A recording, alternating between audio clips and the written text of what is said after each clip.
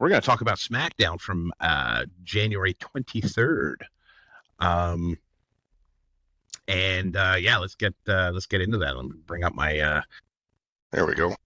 My other notes here because I have so many of them. So we're live from Montreal with Michael Cole and Wade Barrett, and Sami Zayn opens the show to a massive pop. You said it wrong. That's his hometown. I said what wrong? Montreal. There we go. Yeah. Crowd's definitely into him, right? I like how I just skip over your insanity sometimes.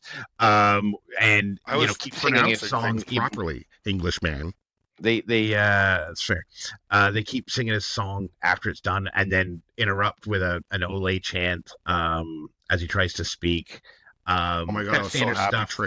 Trick Williams interrupted his sanctimonious bullshit speech. Oh, they were not happy about that. I stood up and went like this. Thank you, God. I don't have to listen to this guy again.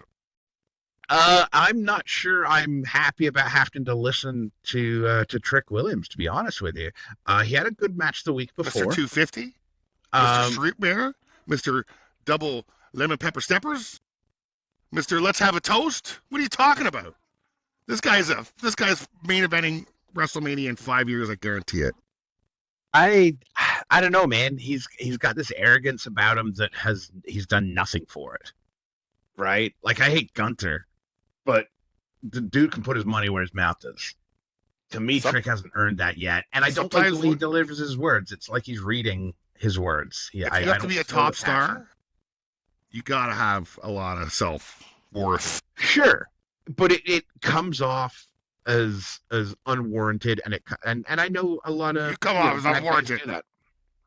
But I'm not enjoying hearing him speak. Yes, what did he say? I'm Mr. 250, and you're Mr. Too Many Chances. Right. It was a good line. Was he Mr. Street King or whatever? And Sammy's Mr. Street Corner. I was like, all right. I liked it. I enjoyed it. Lemon Pepper Steppers is my favorite line. Double Lemon Pepper Steppers, buddy. You got my double Lemon Pepper Steppers. Come on. It rolls, buddy. It rolls. We'll be talking in 2 weeks. It'll be your favorite wrestler. I mean, you never know. Right? It's like when Booker T first started. People were like, oh, I hate this guy. Give him a couple weeks. They're like, oh, I love this guy. He's hilarious. I mean, this segment was just to hype the Saturday Night Main Event match with the Fatal 4-Way between him and Sammy, and then Damian Priest and Randy Orton. Right? So I think at one point, Trick's like, your last match here in Montreal, you lost for the belt, and you just can't get the job done. You're not on my level. True. Right, we're not on the same level. Trick needs to remember one thing: when he's in the ring with Sammy, he's in there with the best of the best. And he's like, it might take you 5 years, it might take you 10 years or 15, but you should be so lucky to be half the wrestler I am in that time. It was a pretty good back and forth. But Trick just makes me twitch. I don't know. And for some reason, Damian Priest comes down. Because attention four of them are fighting later, so that's why he comes out. He does call. They're not fighting later. They're fighting. Oh, those two of them are fighting later. The next day, yeah. Well, they have the main event. Damian Priest and him fight later in the night, but him, Priest, Sammy, and Orton fight Saturday main event. I do like that Damian Priest called him Trick Willie. And basically said, you're afraid of me. You say something like you said to Sammy to my face, I'll just drop your ass right there and then. So Trick's like, yeah, or Damian Priest like, so do something about it, and he tries to. Right. He's like, hey, I won't do something. Watch this, and then sucker punches Sammy. Hit Sammy with the microphone. Yeah, but Trick Williams is a genius pushing Damian into Sammy, creating more tension between those two. It worked. It worked. At this point, RKO with the RKO.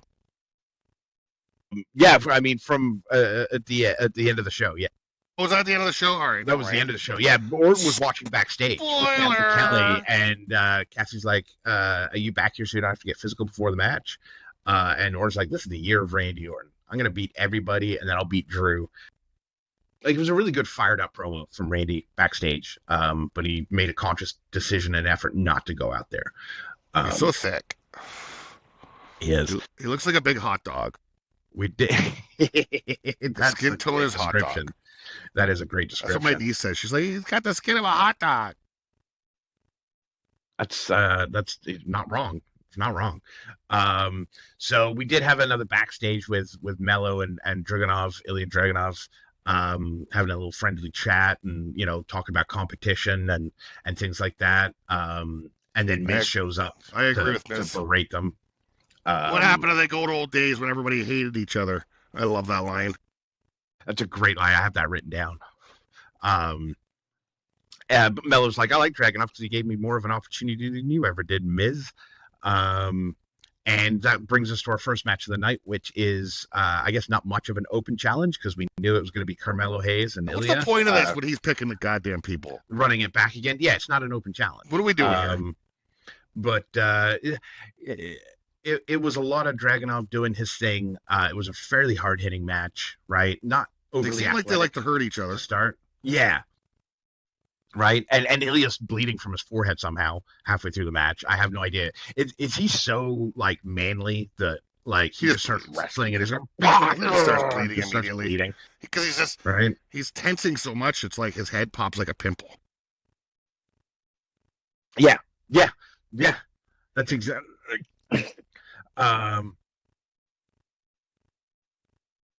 It's Belushi and Animal House all over again. Food fight! It's a great reference to the 80s. I'm old.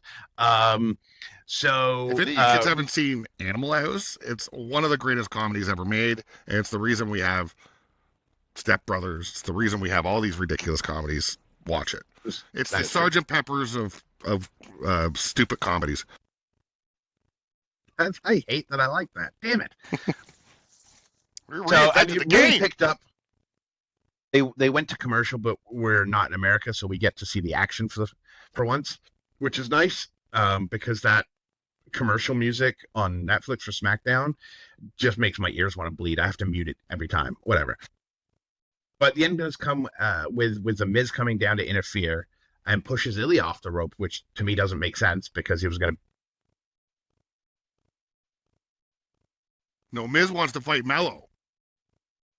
The first 48 in for the win. I guess so.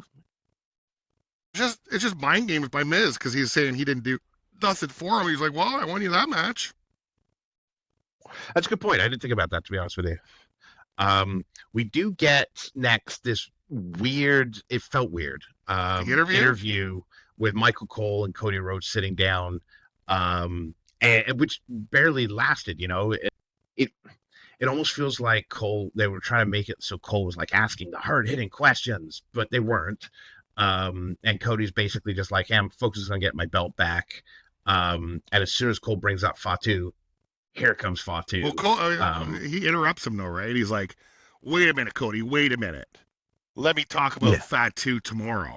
Like he's like trying to skirt the subject or something. Yeah. What do you think is Brian Gumble? What's going on? Yeah, but it wasn't even like, forced. I'm going to interrupt you here and ask about this. And it's like, okay, you could have just asked. Like, it's not like you were, it's not like there's something taboo going on or that, I don't know. It was finish the sentence and ask. I mean, that's what interviews are. Mm-hmm. What's happening? So Fatu basically says that Michael Cole's been making the community cringe since. This should be a T-shirt. Michael Cole cringed since '98 or whatever the hell he started. I mean, and honestly, in the last 4 years or so, Cole's been fantastic. I think once he stopped having a certain billionaire yell in his ear, Cole became really good. But he's still got his moments. Let's face it. But he's still Michael Cole. And again, I don't want to keep bringing it up, but again on Unreal, they were talking about a moment that they're not going to tell anybody about, and they're like, oh, should we tell Michael Cole? And they're like, well, we didn't tell him about Punk at SummerSlam, and that was one of his best calls, so maybe we don't tell Cole. So it's interesting to know that Michael Cole doesn't have advanced knowledge of many things that's going on, and that he's gotten so good that they don't mind doing that. But this was just bad. this was bad. So Fatu, comes and sits down face to face with Cody and essentially says, Drew kicked my teeth in, so I'm coming after Drew. I don't care about you. And but you put your hands on me, Cody, so I had to respond. And it's like, wait, but you interrupted his match. And this is when he talked about, sorry, I guess I jumped the gun earlier. This is when Fatu had mentioned that, Drew was on his way out. And then Cody brings up Fatu being in jail. I thought that was and awkward. Again, it feels like they wanted these to be like, ooh, like these sore moments that, oh, you got him, you roasted. But it didn't. Fatu threw it back in his face so good, though. He really did. He's like, all these mistakes made me a better man. Yeah. One match for 7 kids, all this stuff. I mean, his comeback totally de-weaponized whatever Cody said. For sure. It's 7 kids, no job, locked up in prison, right? Better man. I better myself. All that stuff. Yeah. And Cody's hard-hitting line to fire up Fatu, you've never been in a championship match. Like, why would that make him so angry? Has he ever done a tag team championship or anything? Wasn't he tag? Or wasn't he U.S.? Yeah, he had the U.S. title for a while. Right? I don't know. It was weird. I guess he had a heavyweight championship match. That's the line to piss off Fatu. Anyways, he did have a very cool closing about how everyone thinks he's lost it. He's not in control, and he stares at the camera. He's like, I am very in control. Yeah, he's a scary man. All right. I like Fatu. I like Cody as well, but their words were not good. Cody's words were not good. I thought Fatu did a good job. Fatu I thought the whole thing was like weird, but like Fatu's come back to that one jail comment, like made me go, okay, I like that. So we got a squash match here. Jade Cardell, Chelsea Green, title match. Yep. Stage before they came out, they did run into Jordan Grace and she tried to recruit Jordan into her secret Hervis. And Jordan's like, I'll come out for your match. And I wrote, this is obviously going to go smoothly and exactly as planned. Yeah. Of course she's just come down because her and Jade are gonna get going, which I'm very excited about. Jordan Grace, man, wow. She can like toss Jade around the ring, man. I'm very excited to see. We got a couple powerhouses here. I wouldn't say it's a for sure win. It's not a for sure win, but it's not a for sure squashy squash. No, it should be for Jade. It should at least be a competitive match. But you're right. She beat the crap out of Chelsea. Just tossed her around the ring, right? Jade's been using that power really well lately. And I've said it before. You're big, you're strong. Stop trying to impress people with these high flyer moves. Just pound like Rodriguez. Just once they figure out their style, they're going to win championships. Agreed. I thought Jordan Grace was going to do something, but she didn't until after the match, and try to do another dig at her. What's the point of this match? Do you only wrestle when it's not for the title? And then Jordan's like, I'm going to be in the Rumble, and I'll win it, and I'll come fight you. But you're already warmed up. Let's go. And Jade exits like the cowardly, dastardly jerk that she is. She's the champ, and she fights on her time. Yeah, she's the champion, dude. You don't just call it the champion. You go through the proper channels. Okay, you get a match set up. Yeah, she just had a match. What are we talking about here? I mean, that was barely a match. This isn't baseball. You're not doing double headers and wrestling. I mean, if you're confident in your abilities, maybe. So after that, we had 2 more backstage segments about people joining the Royal Rumble. All right, we get it. Like blah, blah, blah. Charlotte, and then Solo Sikoa, who was walking with the Wyatt lantern. The only thing interesting there is like, while I have this lantern, there's nothing he's talking about the Wyatts, or he, and he looks to the sky, can do about it. I'm assuming that's a Bray reference. But, I mean, it was interesting. But again, I don't need all these backstage segments about people going into the Rumble. It's pointless. Remember back in the day they used to like do an interview when the wrestling match was happening and they do like a screen and screen. Yeah. Doing more of that stuff. Hey, while we're watching this match, Jake Cardo's got something to say. I'm in a Rumble. Like, does it need to be like a 2-3 minute like taking away from the ring? Well, we're taking 12 minutes of intros to bring these wrestlers down. Let's have a picture-in-picture. I totally agree because we're wasting time. Or put it on Twitter. We're wasting time. And then the announcers could be like, "Oh, we just saw on Twitter Becky's in a Royal Rumble." There's so many ways they could do it. Like, anyway, it's stupid. But it does bring us to our third match of the night, which is for the Tag Team Championship. And that's the Wyatt Six versus the MFTs. So it was Gacy and Dexter Lumis for the Wyatts, and Tama Tonga and Solo Sikoa for the MFTs. It's the Freebird rule. Surprise Solo. Well, it will be now because, spoiler alert, your new Tag Team Champions, the MFTs. Well, not that it will be now. It's Freebird rule. If you're in a team, anybody can wrestle as a tag team. So Solo doesn't have to wrestle every match as a tag team champion. He can switch out with the tall guy and all that stuff. Right, but I mean, you don't need that rule when you're 4 or 5 people deep, and you're just having a regular tag match, right? There's no rule of that. The Freebird rule only kicks in when you're the champion. I guess, but they switched it around. They're switching around without the belt. But I guess, yeah, you're right. They send Tama Tonga to the back with the lantern. And then the match goes on. What did you think of this match? I best part about the match was Eric Rowan getting involved. I don't know why he's not Freebird and wrestling. I don't know. He's the best member in the whole team, in my opinion. Talent, exciting. Yeah. Is he getting too old to wrestle he can matches? Still go. He can do spinning back kicks and drop kicks. And he's so big and fast. He's fantastic. Right, but you're right. He got involved. Tama Tonga came back to take out Eric Rowan. Still has the lantern, which Howdy goes after. He gets a spike for his troubles, and then Solo hits Dexter Lumis with the lantern, which looked very painful. By the way, that was a I good thought shot. it was going to shatter. I thought it was going to shatter. He hit him hard, which gives Tama Tonga his finisher, which is that running elbow thing, and it's all over. Like I said, this is the beginning of the MFTs taking over wrestling. You think? Yeah, there'll be 4 titles in that thing soon. Somehow a women's title. I don't know how. Now, we do have one backstage segment that I'm not mad at, and that's because my boy R-Truth is involved. And he comes up to Nick Aldis and he's like, "I want to give you my balls again." And it's like, oh my god, the ball jokes with Truth just get me. And he's like, "No, you don't need to do that." And he's like, "I'm gonna sleep good tonight, knowing my balls are in your good hands." He's got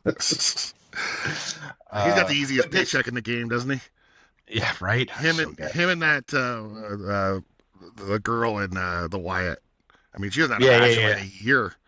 You're getting a paycheck every week. Oh, she's going to look creepy. I did like that after that, Aldis had invited AJ Styles to SmackDown. And he's like, "Hey, are you sure you want to put your career on the line? How about we get you warmed up with a match where you don't have to risk your career, but it's going to be, if you do lose, so basically one last great match with one last great opponent, and then watch Shinsuke Nakamura, and it's made official for Saturday night's main event. I guess they have a long history in Japan, those two, huh? They have a huge history in Japan, for sure. That was a good match. Did you watch Saturday night's main event? I did. Holy cow. That's their best match. That's their best match together. Like, that was so good. It really makes me think AJ's not long for WWE, but see, I mean, I don't know if he's I don't know if he's going to lose this match. I mean, I don't know. I mean, it's for sure his last year. I mean, he said that he said it's his last year, and he's also said he's not going to tell us when his last match is. So it very well could be. Oh, he's going to Stone Cold it. Yeah, just done. Well, that's fine. If he loses, he's telling us. We're going to know. Oh, we'll know when he loses. I mean, or if he loses. Or if he does a Ric Flair thing where he retire, like it's a thing where once you lose, you retire. That was a cool run, by the way, with Ric Flair at the end there. Yeah. Where he fought like everybody.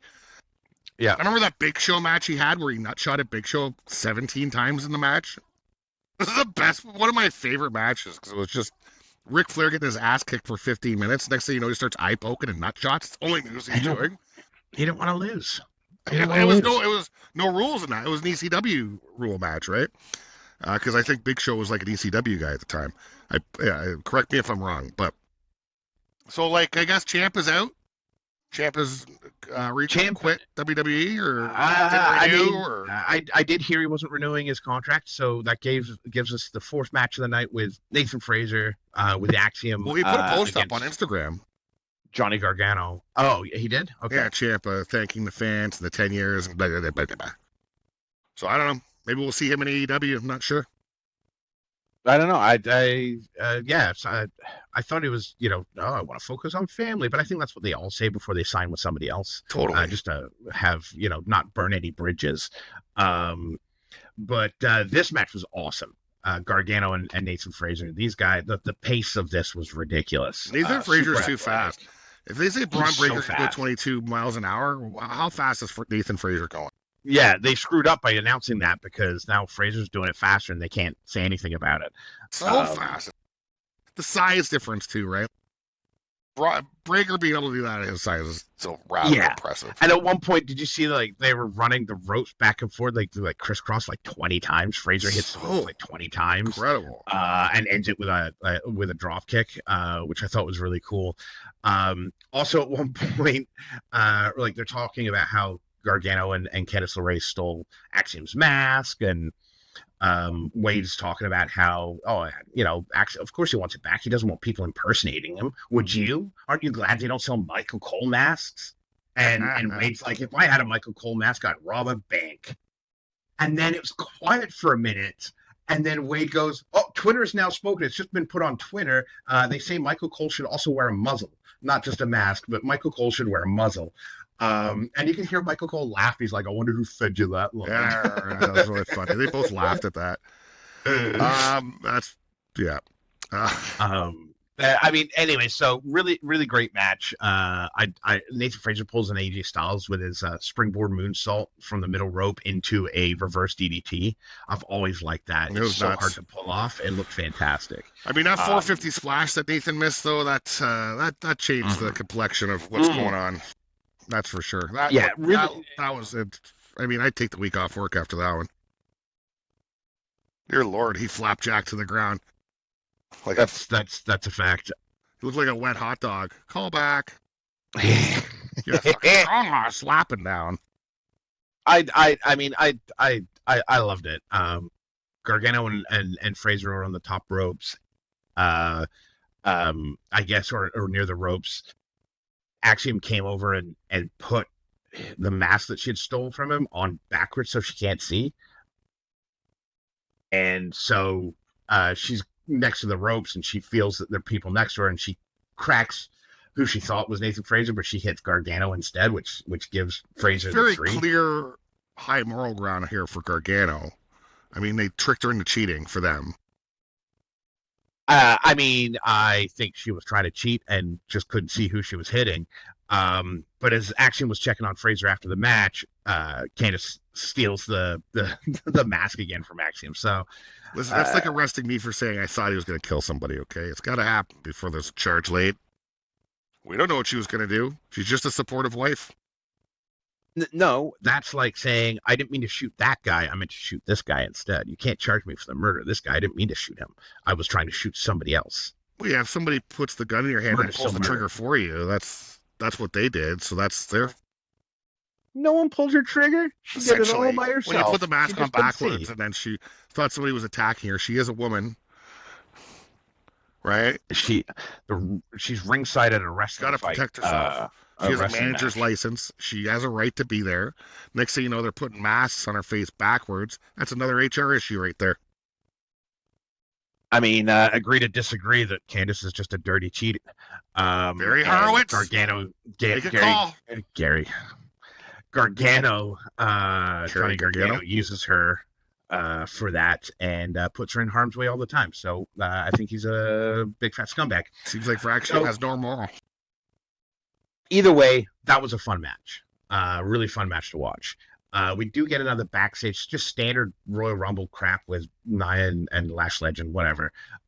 This is going to bring us out Drew McIntyre. Ladies and gentlemen, the undisputed WWE champion in front of a sold-out crowd, or as some people would call him, the Cody Killer, Mr. Drew McIntyre.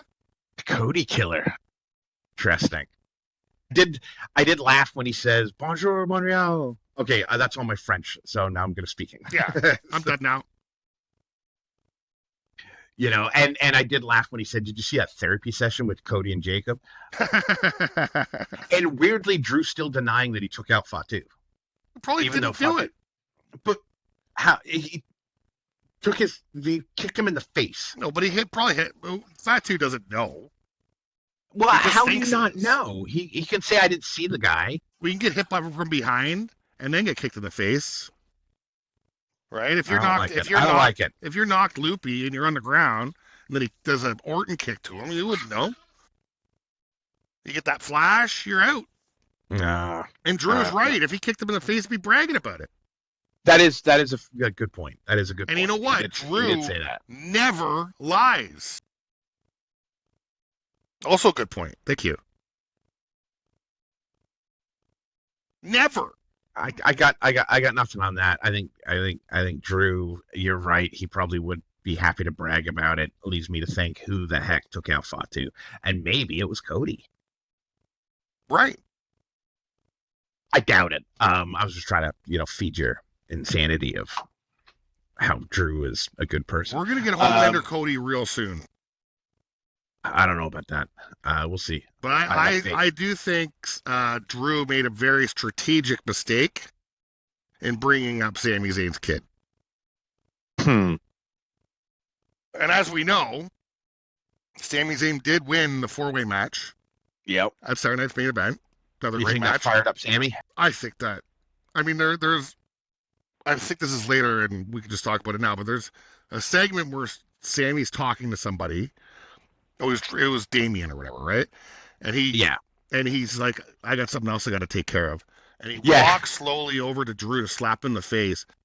It's one of the best, because you could see him from the moment he was with Damien walking over the rage come more and more on his face. Yeah, but you didn't know where he was walking because the camera's like. No, we didn't know what was going on, but you just saw him get madder and madder, and then he to Drew. That was and just walks away. Yeah, that was pretty impressive.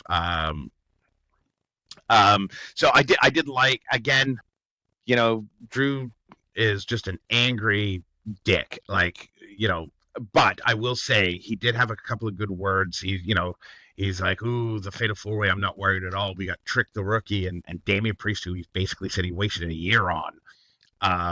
And he's like, if I see him at the Rumble, I'll end him. And then we have Randy Orton, but not the Randy Orton. Not the Viper. We have a subdued Randall Keith Orton who can't get the job done. Keith Orton. But then, so he's like, and then he runs down Sami, you're right. He's like, have a whole country behind you, which started Ole chants. But he's like, I think you should be more worried about disappointing your son. But your son's already disappointed. Like when he first opened his eyes and realized Sami was his father. It's like, Jesus. Buddy, I mean, Drew's better. Drew's smarter. He looks better. He's more talented.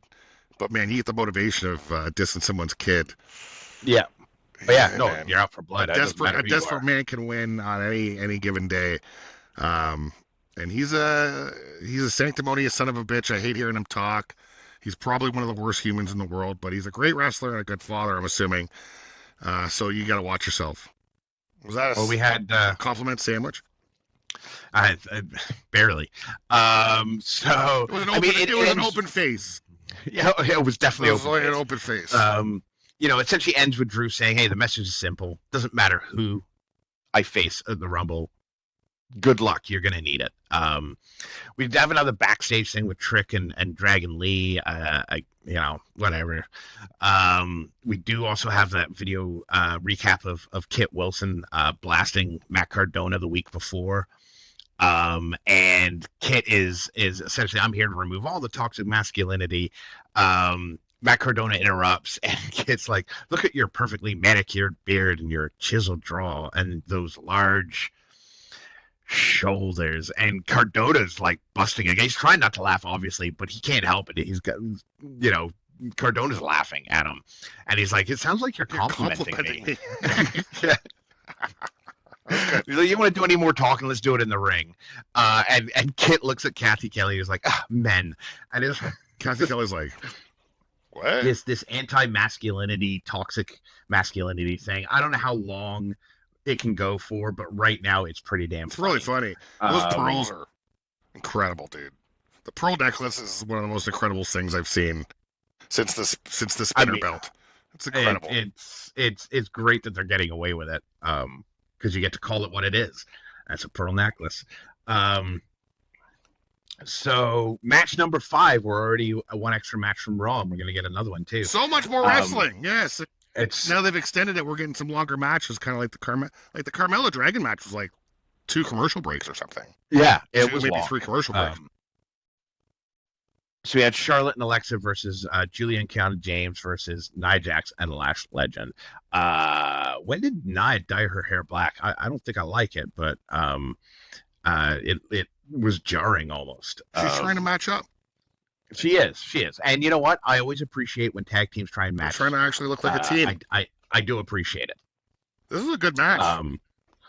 It was not bad. It was a couple of weird moments. Charlotte went to do a crossbody on Lash, and she, like, I don't know. It looked like she couldn't decide if she was going to come off and like do that bionic elbow thing or a crossbody, and she kind of did both and neither at the same time. It was weird. That double suplex on Charlotte where she reverses it and double DDTs them, that was really cool. Yes, very cool.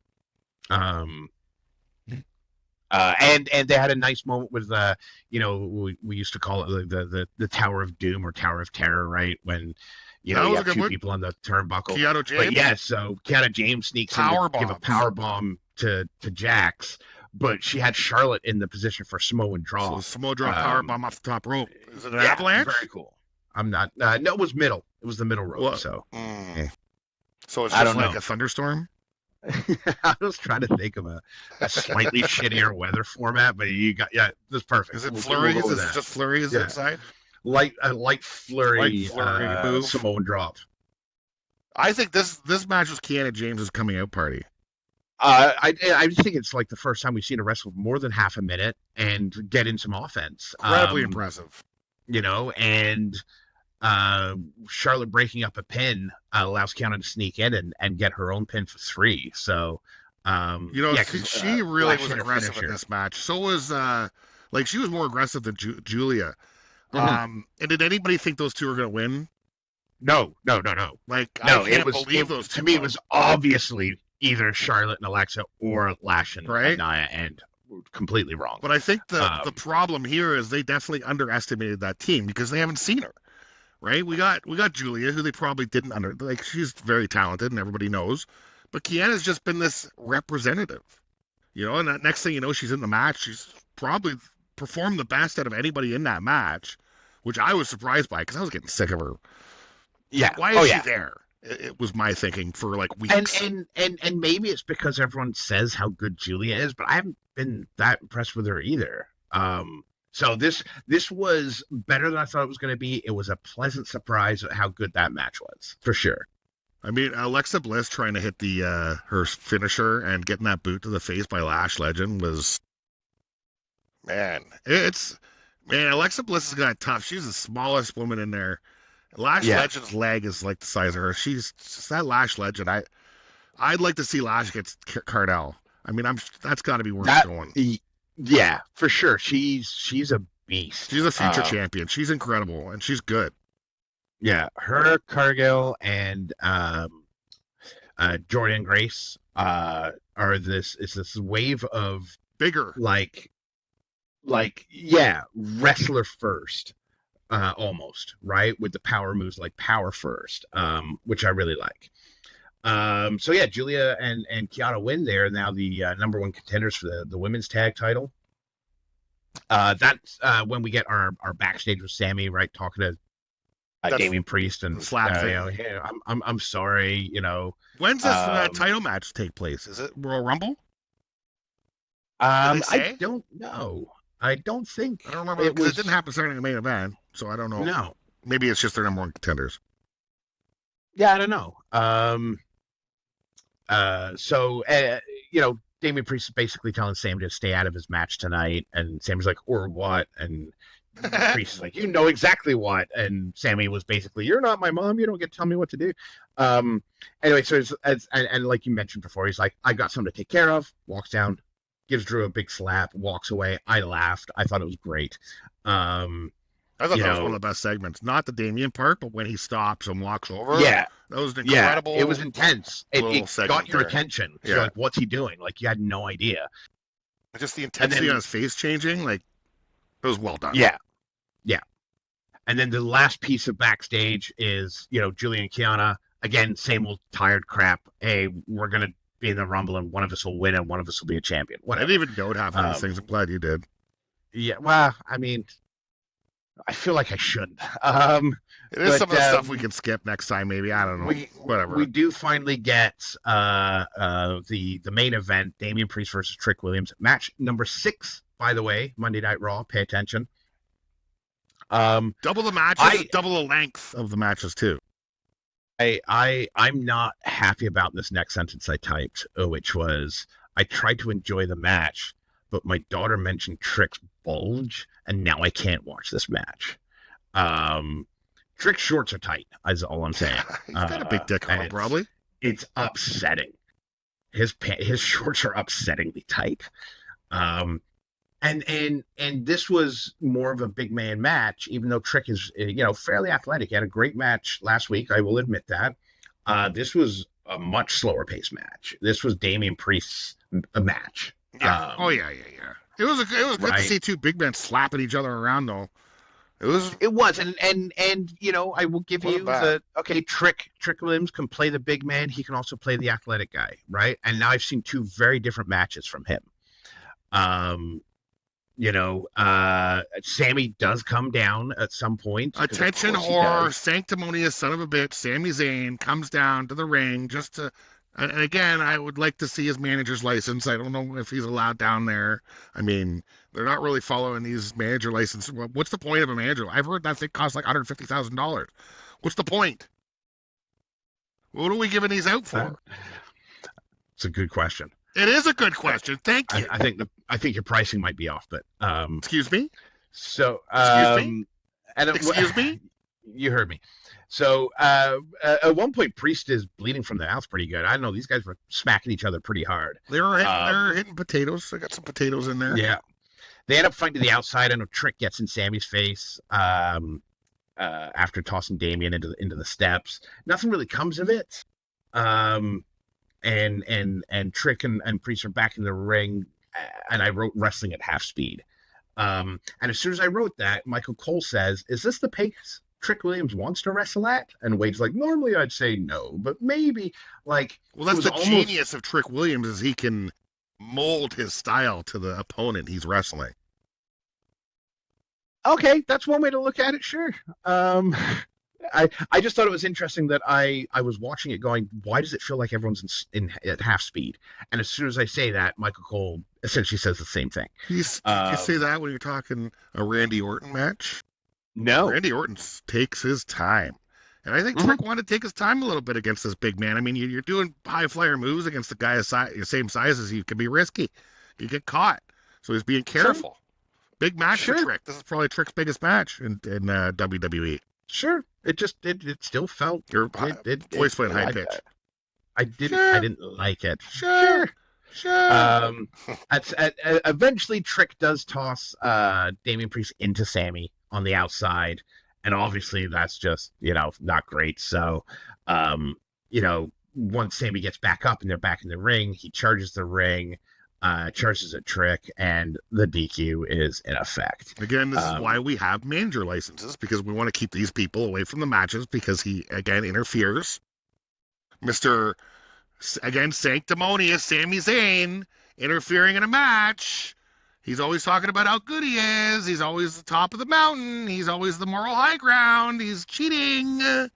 He's cheating a little bit. Coming a mile away, because they're waiting. All four of these guys are waiting to fight the next day. Now I say all four because Priest attacks Sammy. It's a big 3-way fight going on. There's a brawl.